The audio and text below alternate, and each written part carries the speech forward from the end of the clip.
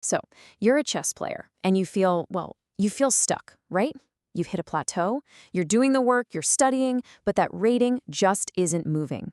Well, today we are going to dive into a way of thinking from international master Jeremy Silman that might just be the thing that shatters that plateau for good. All right, I want you to picture this, because I know you've been there.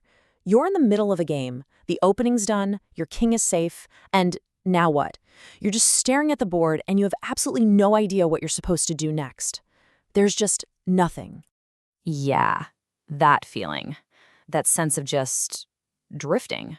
Making moves that feel okay, I guess, but they aren't connected to any real idea. If that sounds familiar, you are definitely not alone. It is the biggest wall that stands between an intermediate player and that next level. In his book, Silman actually gives this player a name. He calls him Everyman. And Everyman knows his stuff. He knows how the pieces move, he gets basic tactics, he's got a decent rating, but he's hit that wall. He can't get any better. And his story, well, it's pretty much the story of every single club player out there. So why? Why do we get stuck? Silman has this amazing line. He says we become, and this is a direct quote, a prisoner of their mind's erroneous dogmas. Whoa. What that really means is we learn a bunch of little things, an opening here, a tactic there, but they're all just separate, disconnected facts. There's no system holding it all together. But what if there was a system? A kind of lens you could use to look at any position, I don't care how weird it is, and instantly know what's going on. And then build a killer plan from that understanding. Well, that's the big revelation here. It's learning to think in terms of imbalances. Now, imbalance sounds like a really complicated, grand master level term, right? It's not. It is beautifully, wonderfully simple. An imbalance is just, and I quote, any difference in the two respective positions. That's it. It's not about some deep, hidden strategy. It's about just noticing the simple, obvious differences between your army and their army. And this just changes the entire goal of the game. You're not just a hunter trying to find a checkmate from move one. Nope. Your real job is to find the imbalances that already exist, and then make a plan to either fix the ones that are hurting you, or even better, take advantage of the ones that are helping you. The checkmate? That just becomes the natural end to a game where you've completely controlled these differences. Okay, so that's the what, but what about the how? How do you actually find these things on the board? This isn't just guesswork. Someone gives us a concrete toolkit, a mental checklist you can run through on every single move to see the board like a master. This right here, this is your new pre-flight checklist. Before you even think about calculating a move, you just run down this list. Who has the better minor piece? What about the pawn structure? Who's got more space, material? Who controls that key file? Development, initiative. You just ask the questions. Let's see it in action. Look at this position.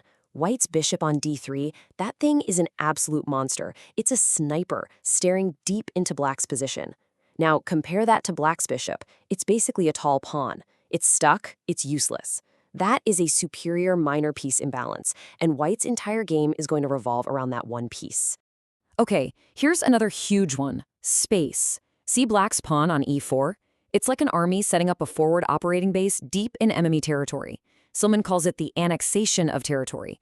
That pawn is just choking white's pieces. So, what should black's plan be? It's obvious. Use that extra space to launch an attack.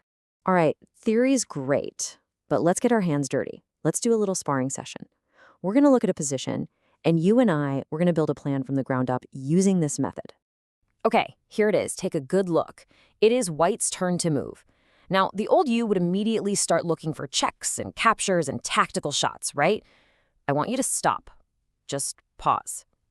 Look at the board through our new lens. What's the plan? See, this is the fork in the road. The typical approach is chaos. It's calculating a million lines, just hoping you stumble onto something good. It's exhausting. The Silman method, it's disciplined. It's calm. You ignore the moves for a second. Your only job is to scan the board and find the one imbalance that matters most. So in this position, what is it? What's the feature that just screams at you from the board? It's that black knight on d4, isn't it? It is ridiculously powerful. It's like an octopus, its tentacles reaching out everywhere, just paralyzing white's entire position. That knight, that is the story of this game. And the second you realize that the knight is the key, the plan for white becomes blindingly obvious. You don't have to invent it. The board is telling you what to do. The plan is simple. Challenge and remove that knight. That's it. And suddenly, moves like preparing c4 or rewriting your own pieces, they aren't random ideas anymore. They're the only ideas that matter. You see, this is so much more than a cool trick for looking at diagrams. This is a fundamental rewiring of your chess brain. So the really important question is, how do you take this and apply it to your own games starting right now? Here's probably the most empowering idea in all of chess. A good plan isn't a stroke of genius that you pull out of thin air. It's a secret that's already there, hiding in plain sight on the board. Your job is just to learn the language of imbalances so you can discover it. So here it is, your new thought process, boiled down to 3 simple steps. Number 1, scan. Run through your checklist and find all the imbalances. Number 2, decide. Which one is the most important? What's the real soul of this position? And number 3, plan. You create your entire plan around dealing with that one key imbalance. This whole method replaces hope with logic. It gives you a map and a compass to navigate the crazy complexity of chess. So the question is no longer, is there a good plan in my position? The only question left is this. In your next game, what imbalances are you going to discover?